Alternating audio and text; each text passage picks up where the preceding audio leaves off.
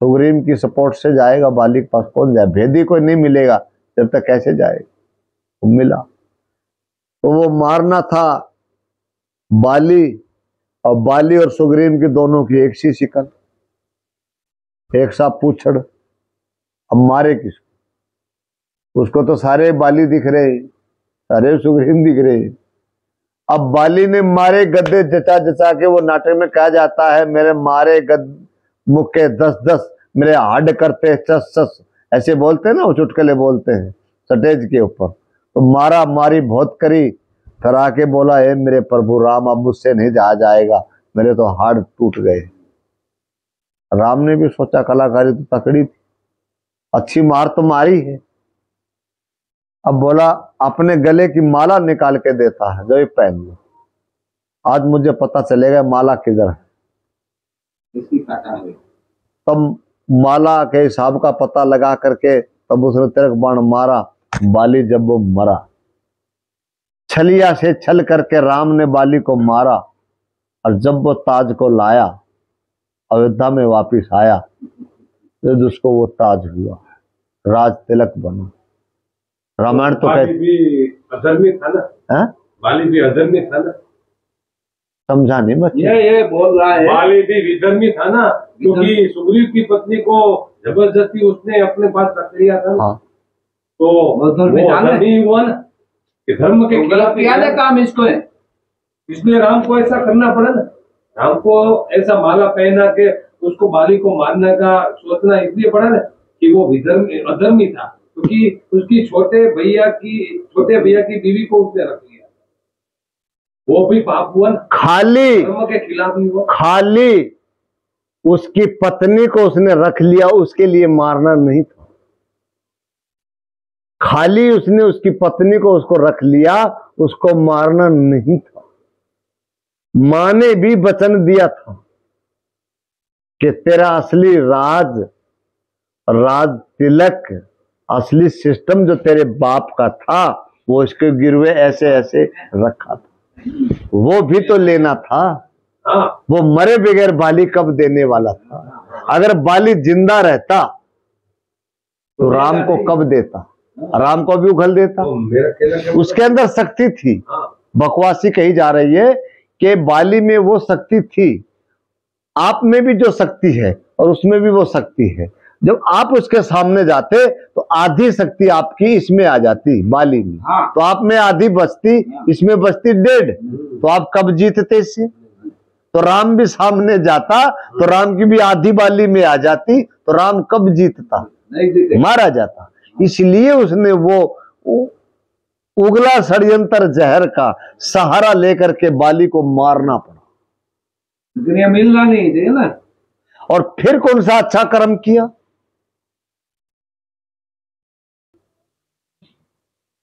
रामायण से एक नाम खत्म हो गया,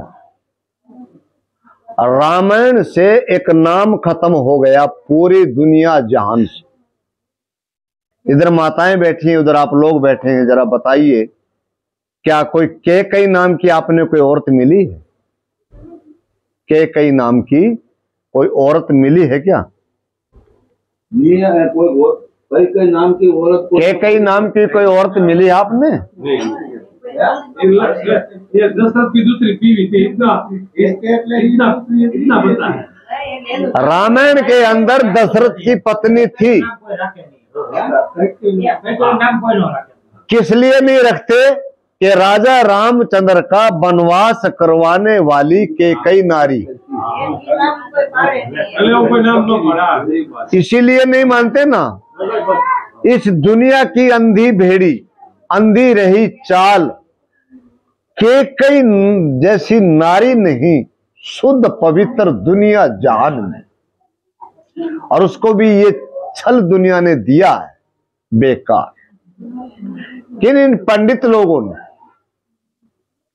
अपनी चालाकी चलाने के लिए, अपना राज चलाने के लिए, अपनी गोटी सेकने के लिए, जैसे राजनेता अन्य अन्य प्रकार के भाषण फेंक जाते हैं और भोली जनता के वोट बिटोर जाते हैं, तो कहो भाई मामला हलपल मत करो, को प्राण निकलने वाले नहीं है। रुको 1-2 मिनट रुक जाओ। चर्चा चल रही थी कि रामायण से नारी जाति में एक नाम खत्म हो गया जिसका नाम कैकई। मैं मिला नहीं हूं कैकई से, लेकिन संतों के बीच में रहा हूं, पारखी संतों के बीच में रहता हूं, कबीर संप्रदायिक से हूं। संतों से ये विचार मिला है और मिल रहा है खरा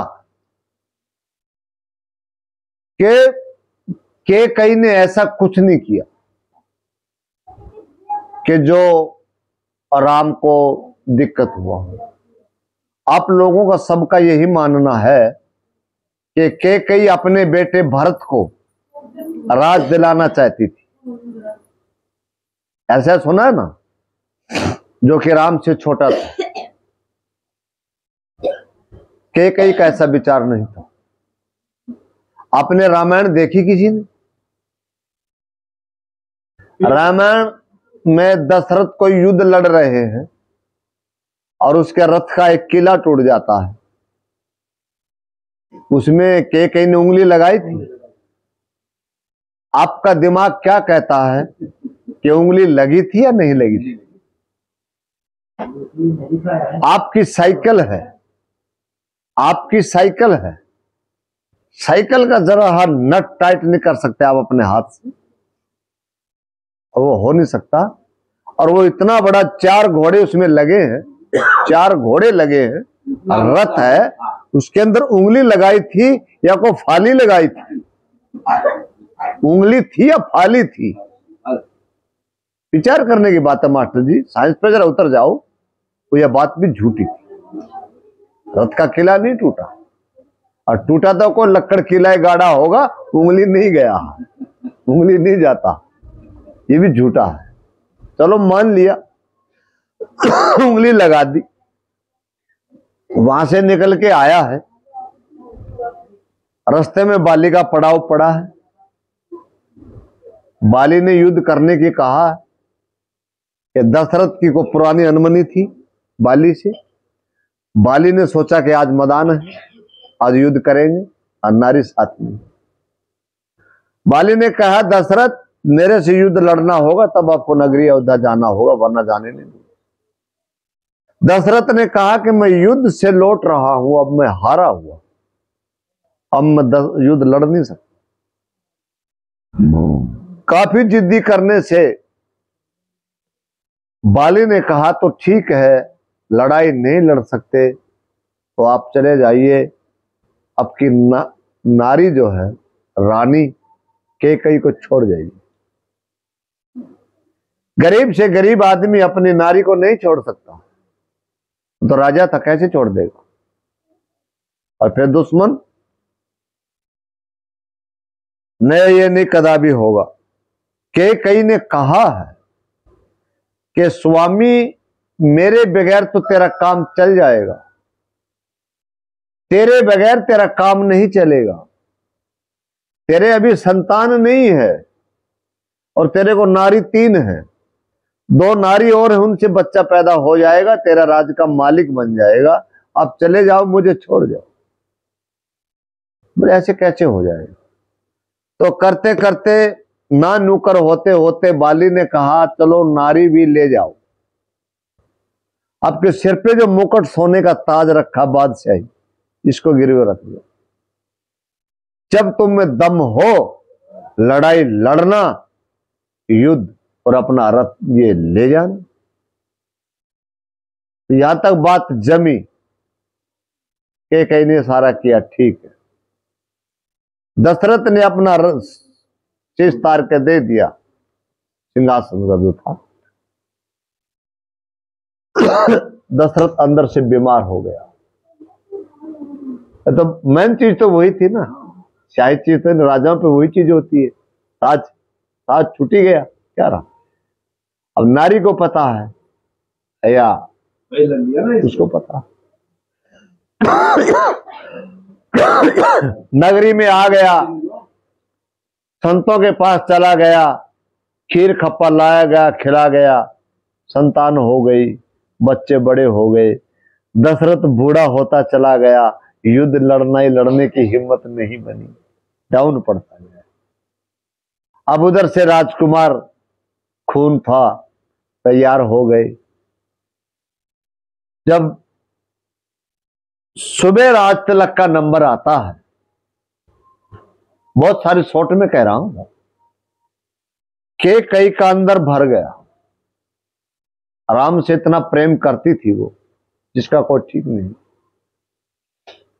तो उसकी आंखें भरी, मन भरा कि कल मेरे बेटे को राज तिलक होगा, और वो भी नकली हो। उसने राम को कहा था कि बेटे शाम को महल में आना। ठीक है माता जी, आऊं। रामचंद्र जी माता कैकेयी के दरबार में गए हैं। माता ने सारा हाल बताया कि बेटा ये कहानी है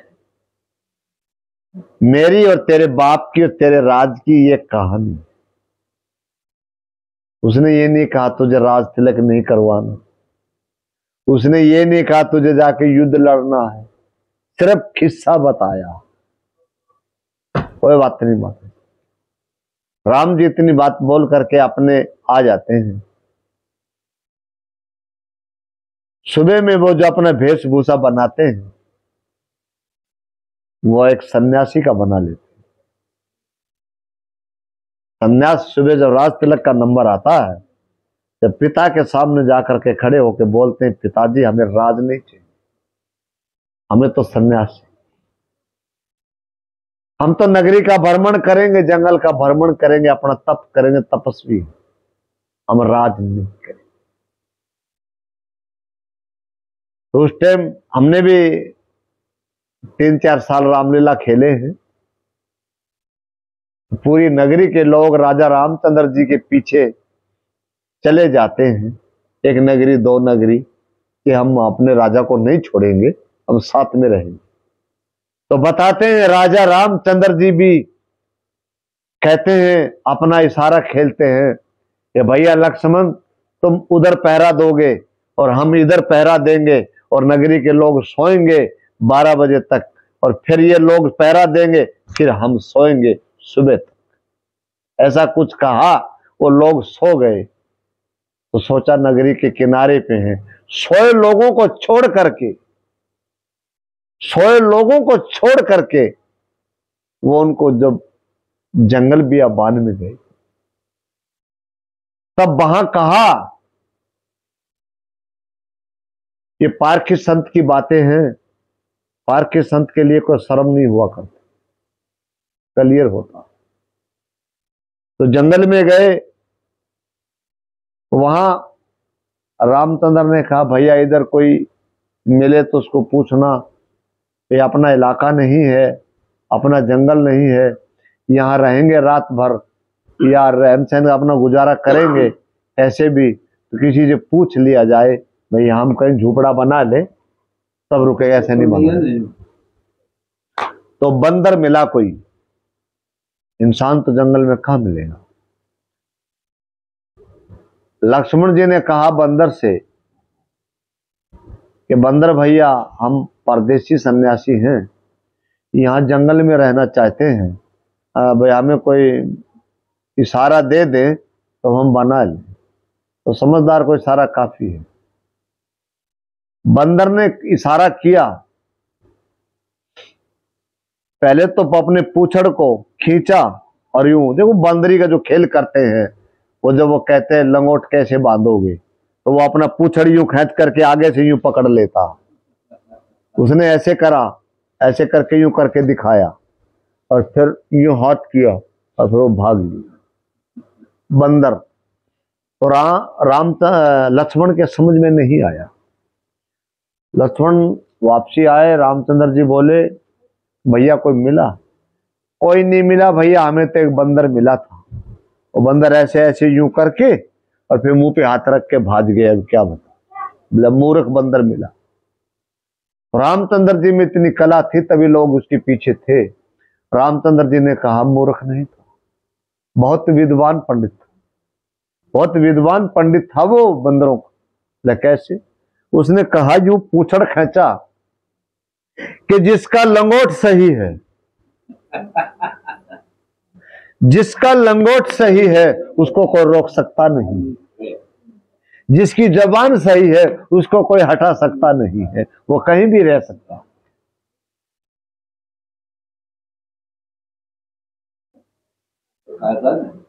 तो बात तो यही थी, इतनी थी, और लंबी बढ़ाई जाए तो वो टुकड़ा कर करके फटाफट लेताती जाए कि रामचंद्र जी से सुग्रीव मिला, रामचंद्र से सुग्रीव मिला, सुग्रीव की पत्नी बाली ने पढ़ ली।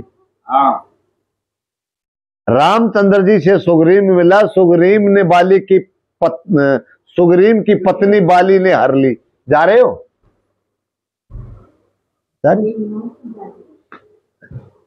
हाँ ठीक हो, बात दुकान से सामान वो लेगा जिसकी इच्छा रहेगी, भाड़ा नहीं लेगा, जिद्दी निकली। तो हम क्या कह रहे थे? सुग्रीव मिला। हाँ, राम उसने अपना दुखड़ा बताया। उसने भी कहा ठीक है भाई, कल हम करेंगे तेरा हिसाब किताब, तो क्या करें। उसने भी बाली तक जाना था, सुग्रीव की सपोर्ट से जाएगा, बाली के पास पहुंच जाए, भेदी कोई नहीं मिलेगा जब तक कैसे जाएगा। वो मिला तो वो मारना था बाली, और बाली और सुग्रीव की दोनों की एक सी शिकल, एक सा पूछड़। अब मारे किसको? उसको तो सारे बाली दिख रहे, सारे सुग्रीव दिख रहे।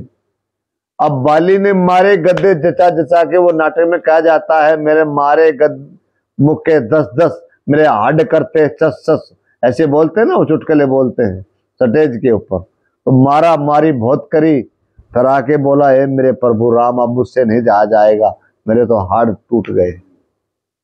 राम ने भी सोचा कलाकारी तो तकड़ी थी, अच्छी मार तो मारी है। अब बोला अपने गले की माला निकाल के देता है, जो ये पहन लो, आज मुझे पता चलेगा माला किधर है। तब माला के हिसाब का पता लगा करके तब उसने तिरक बाण मारा। बाली जब वो मरा, छलिया से छल करके राम ने बाली को मारा, और जब वो ताज को लाया, अयोध्या में वापिस आया, तो उसको वो ताज हुआ, राज तिलक बना। रामायण तो बाली भी अधर्मी था ना? है? बाली भी अधर्मी था ना? समझा नहीं बच्चे। ये बोल रहा है बाली भी विधर्मी था ना, क्योंकि सुग्रीव की पत्नी को जबरदस्ती उसने अपने पास रख लिया था। हाँ, तो वो अधर्मी हुआ ना, कि धर्म के खिलाफ किया काम इसको है। इसलिए राम को ऐसा करना पड़ा ना, राम को ऐसा माला पहना के उसको बाली को मारने का सोचना इसलिए पड़ा ना कि वो अधर्मी था, क्योंकि उसकी छोटे भैया की बीवी को उसने रख लिया, वो भी पाप हुआ ना, खाली धर्म के खिलाफ ही हुआ। खाली उसकी पत्नी को उसने रख लिया, उसके लिए मारना नहीं था। खाली उसने उसकी पत्नी को उसको रख लिया, उसको मारना नहीं था। मां ने भी वचन दिया था कि तेरा असली राज तिलक, असली सिस्टम जो तेरे बाप का था, वो इसके गिरवे ऐसे ऐसे रखा था, वो भी तो लेना था। हाँ, वो मरे बगैर बाली कब देने वाला था? अगर बाली जिंदा रहता तो राम को कब देता? राम को भी उगल देता। तो मेरा कहना उसके अंदर शक्ति थी। हाँ, बकवासी कही जा रही है कि बाली में वो शक्ति थी, आप में भी जो शक्ति है और उसमें भी वो शक्ति है। जब आप उसके सामने जाते तो आधी शक्ति आपकी इसमें आ जाती, बाली में। हाँ। तो आप में आधी बचती, इसमें बचती 1.5, तो आप कब जीतते इससे? तो राम भी सामने जाता तो राम की भी आधी बाली में आ जाती, तो राम कब जीतता? नहीं जीते। मारा जाता। इसलिए उसने वो उगला षड्यंत्र जहर का सहारा लेकर के बाली को मारना पड़ा। लेकिन ये मिलना नहीं चाहिए ना। और फिर कौन सा अच्छा कर्म किया? रावण सीता को ले गया,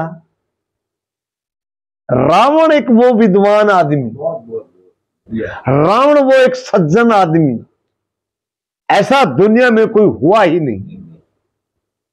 सीता को माना उठा करके तो ले गया, सीता को टच तक नहीं किया।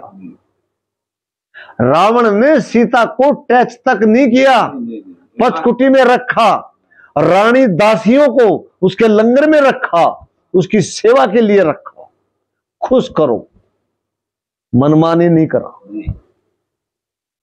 अगर ऐसा रावण करता, कुछ भी वो चाहता, जैसे बाली ने किया और नहीं किया, क्या रावण नहीं कर सकता था? नहीं करेगा, रावण नहीं करेगा। रावण शुद्ध पुरुष था, इसीलिए मरा नहीं और न मरेगा। हर साल उसको मारा जाता है, पुतला जला जाता है, रावण मरता नहीं। गलत कहा? रावण बहुत ज्ञानी पुरुष था। तो बात को किस मोड़ पर ले जाया जाए, बताइए मास्टर जी। जो आप बोल रहे हो तो चालू रखिए। ये बात जो कहा यहां तक कैसा लग रहा? वो तो आपने बोला कि बाली को दबिये से मार दिया, ये से षड्यंत्र करके, कपट करके मार दिया, और नकर तो राम को ये मुकुट नहीं मिलने वाला था ना। और फिर रावण को जिसको दुनिया राम मानी, उसकी पत्नी रावण ले गया,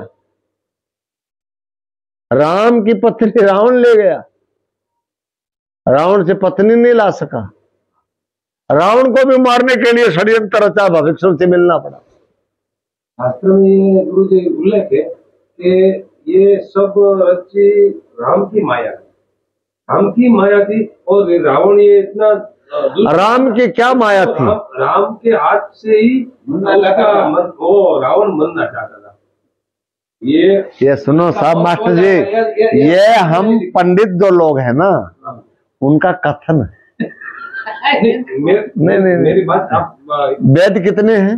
4 वेद। शास्त्र छह शास्त्र गलत। 4 वेद 9 शास्त्र। 9 शास्त्र। हाँ जी। चीन कहाँ गए? महात्मा बुद्ध शास्त्र कहाँ गया?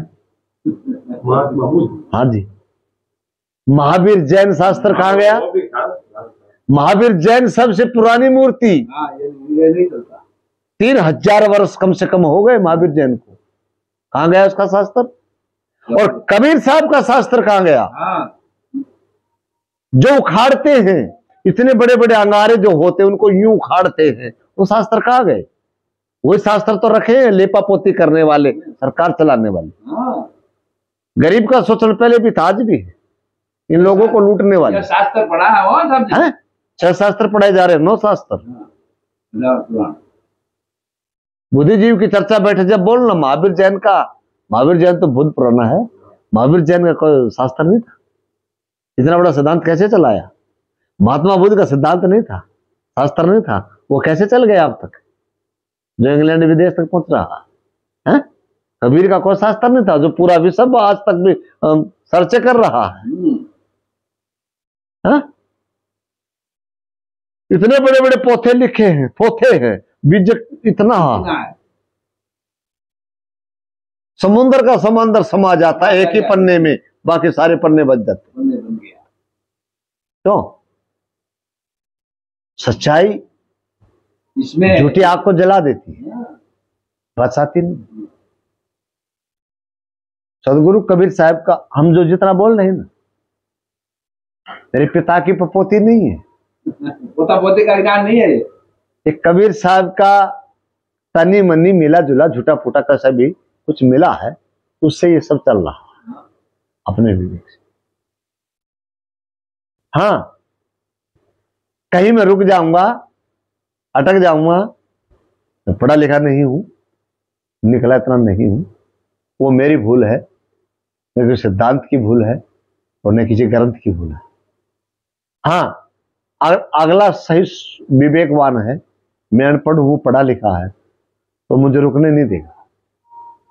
प्रश्न करने वाला, कर्ता जो तर्क करने वाला है, वही मुझे रुकने नहीं देगा, वही उभार देगा। अगर मैं रुक गया, प्रश्न करो तो ये जवाब देगा। ये संत मोटा को भूल कमाने का ऐसी कोई बात नहीं है। पूछो ने जवाब ना जितना हम पत्थर पूजा पे बोले हैं, आप तो लेट आए, बहन पूरा सुने हैं। सच बोलना बहन, हम तो कुछ लिए दिया नहीं है, हम झूठ बोले सच बोले। नहीं बोलेगा तो भीतर में नहीं गया बात, सार नहीं पहुंच पाया आप तक।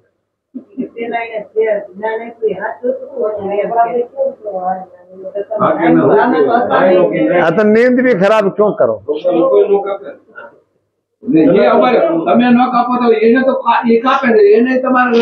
अच्छा ये बताओ भाई, तुम सब लोग यहाँ नजदीक के रहने वाले हो दूर के? हाँ, कहते हैं जिस घर में संत चरण टिकाते हैं उस घर की मिट्टी पवित्र हो जाती है। जिस घर का अन्न पानी लेते हैं अन्न पानी शुद्ध हो जाता है। जल पान लेते हैं तो बहुत कुछ शुद्ध पान हो जाता है। ऐसा किसी का कोई भाव है कल कि संत हमारे दरवाजा पे आए, कोई जल पान पिए, चाय पानी पिए? कोई ऐसा है आपने?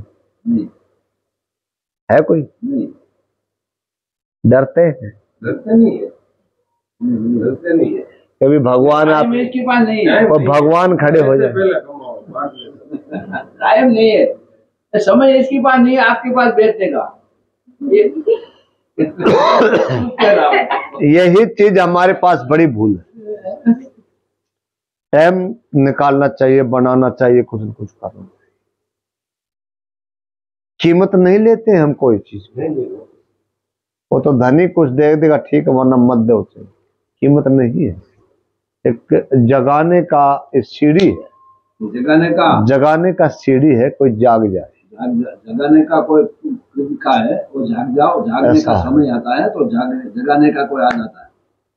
हम और साहब जी कहाँ कैसे किया जाए? 1 घंटा और 10 मिनट हम बोले, 1 घंटा और 10 मिनट बोल दिया तो एक बात तो रुक गई। तो राम का पूरा प्रवचन आपने नहीं सुनाया।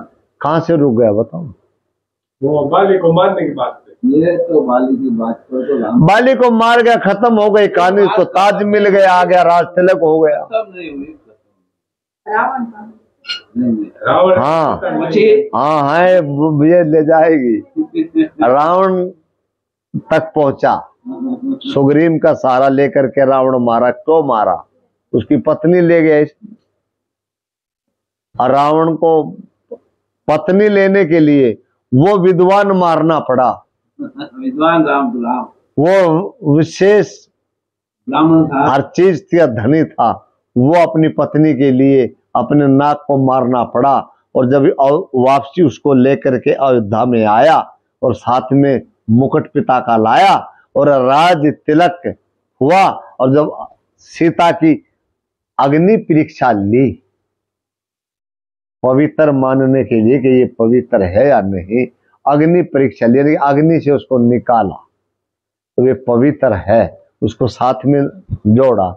और जब राज तिलक हुआ, एक धोबिन, धोबी की घरवाली धोबन, वो नाची राज तिलक पे रात भर में कि कल सवेरे राजा रामचंद्र को राज तिलक होगा। क्यों छोड़ दिया? और वो धोबिन, सुने ना, जितना सामने उतना चलेगा। धोबिन जब सवेरे घर गई तो धोबी ने लठ मारा और घर से निकाल दिया। 4 साली उस रामचंद्र के यहाँ गई थी जिसकी घरवाली 14 साल राम अयोध्या उसमें दशरथ के यहाँ चली गई, चुरा के ले गया और फिर भी वो रानी को साथ रख रहा है। उसके यहाँ नाचने गई थी। इतनी बात पर रामचंद्र जी ने अग्नि परीक्षा भी लिया तो कहाँ का रामचंद्र था, कहाँ का राम था, उसने उसको त्याग दिया। इतना सब कुछ करके फिर भी उसको उसने उसका त्याग दिया तो कहाँ का राम था? मानी बात करे से પોતાની પત્ની ઉપર વિશ્વાસ आग से निकाल लिया। आग तो कोई चीज देगी नहीं, सब जला देगी, और बचने वाली चीज है तो अपने से निखार के देगी। ये झूठी बात थी, एक कथन का कथार है। फिर भी उसको दिया निखार करके कि सीता पवित्र है, और फिर भी एक धोबी के कहने से सीता को घर से निकाल दिया। देखो आपको कब कितनी निकालेगा? सच्चाई तो ये है, सदगुरु कबीर साहब के ज्ञान के अनुसार रामायण और महाभारत लिखी गई है, ये हुई नहीं, हुई नहीं। किसी का किस्सा ऐसा होता है जिसका हर साल रामायण करनी पड़ती है, रामलीला, राम की लीला, फिर कृष्ण की लीला, उस पर डांसर भी लाए जाते हैं, नाचे जाते हैं, ढम ढम करे जाते हैं, ऐसी लीला होती है? ये तो बनाए जाते हैं। बोले सतगुरुदेव की है, बद्या तो बीच में बोल ही सकते हैं, सतगुरुदेव की 1 घंटा में सतगुरुदेव न जाए तो बोल ही सकते हैं, और कोई नहीं बोलेगा तो मैं कहां तक बोलूंगा? बोलो, और कोई बोलेगा? तो राम का तो अब तक सत्संग बहुत किए हैं, अब ले जाते हैं हम आपको कम से कम 50, 60, 70 साल पीछे। पहले ब्याह होता था ना, ब्याह में उस जमाने में जो पत्नी आती थी, सच्चाई है ये, कई महीने तक तो ससुराल में जाने के बाद उस पत्नी को ये पता नहीं होता था तेरा पति कौन है।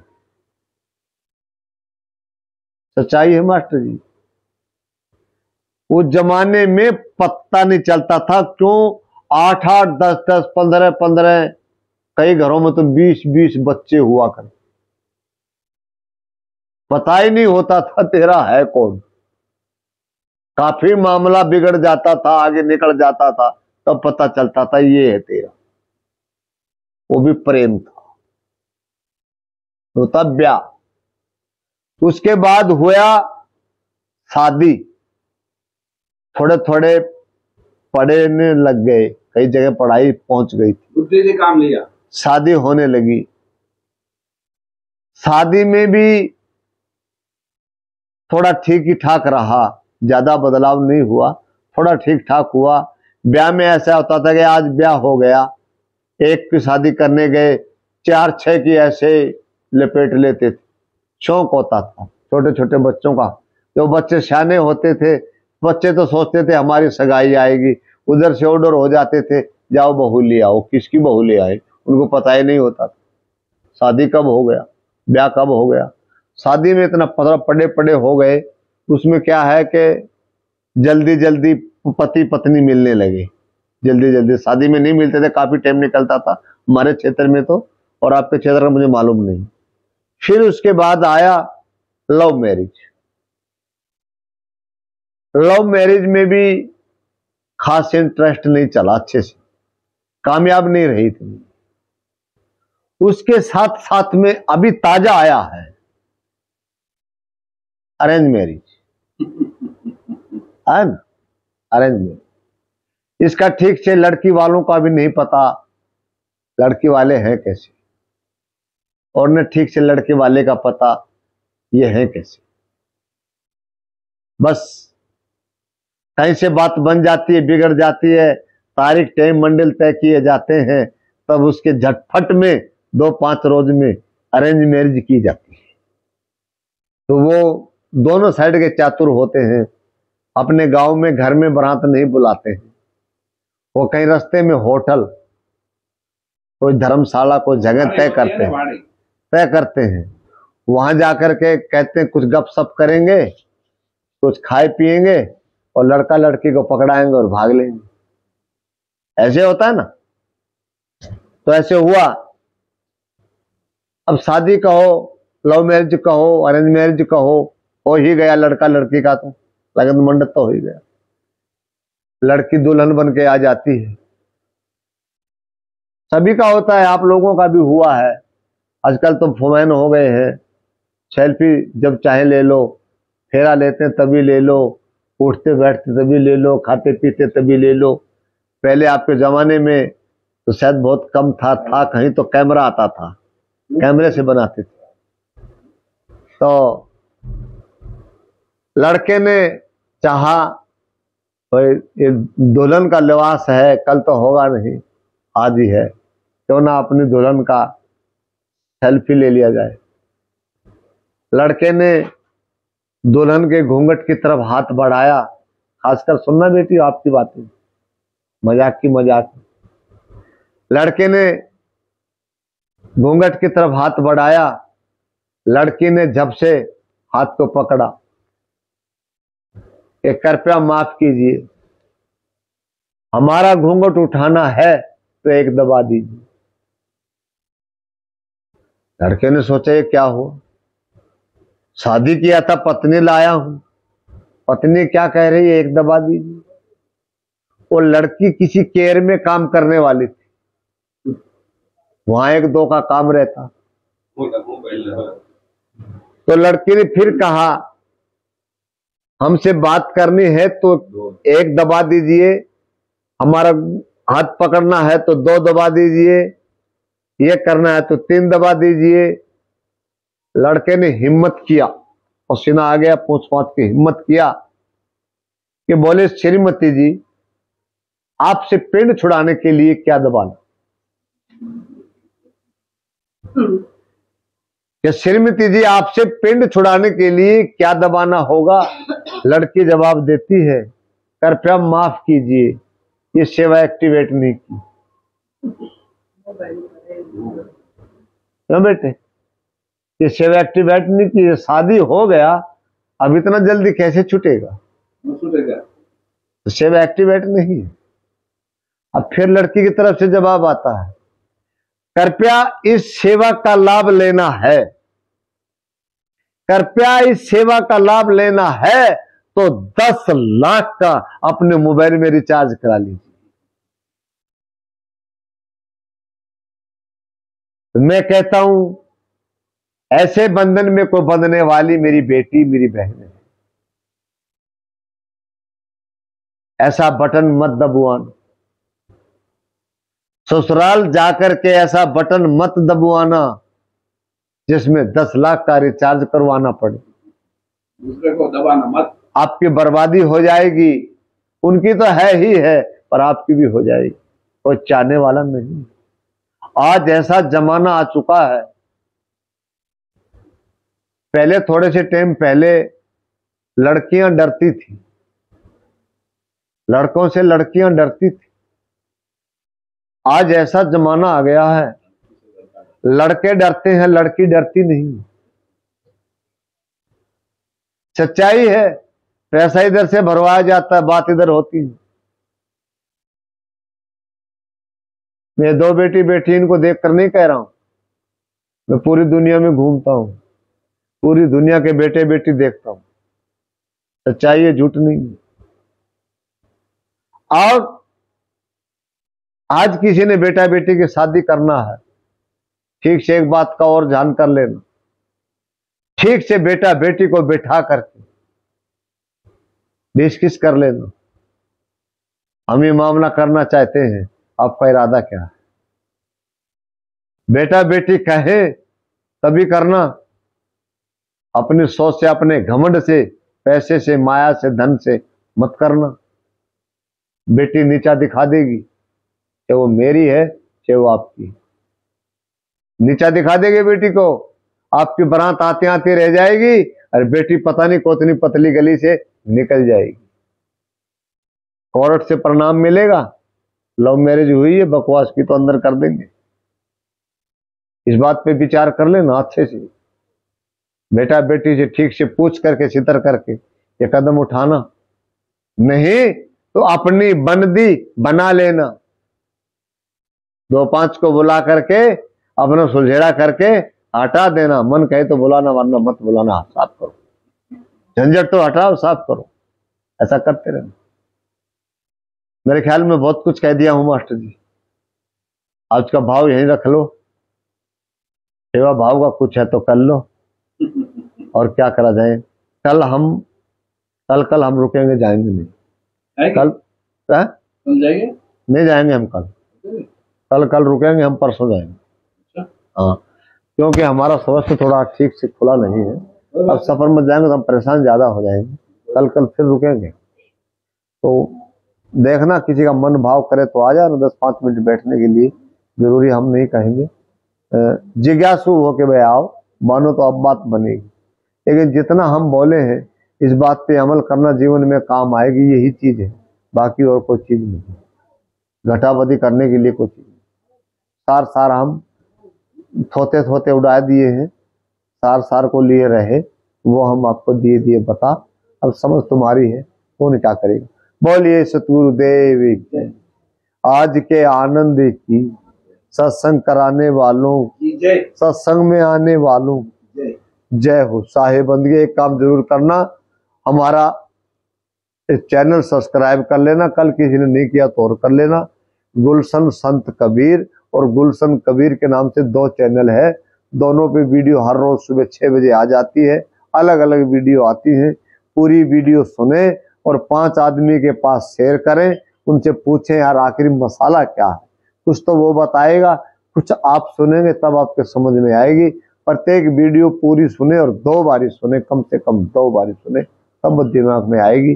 चैनल को सब्सक्राइब जरूर कर लेना और हर वीडियो में हमारा नंबर भी आता है, कोई चर्चा भी करे तो कर लेना, कमेंट जरूर करते रहना। साहिब बंदगी, साहिब बंदगी, साहिब बंदगी।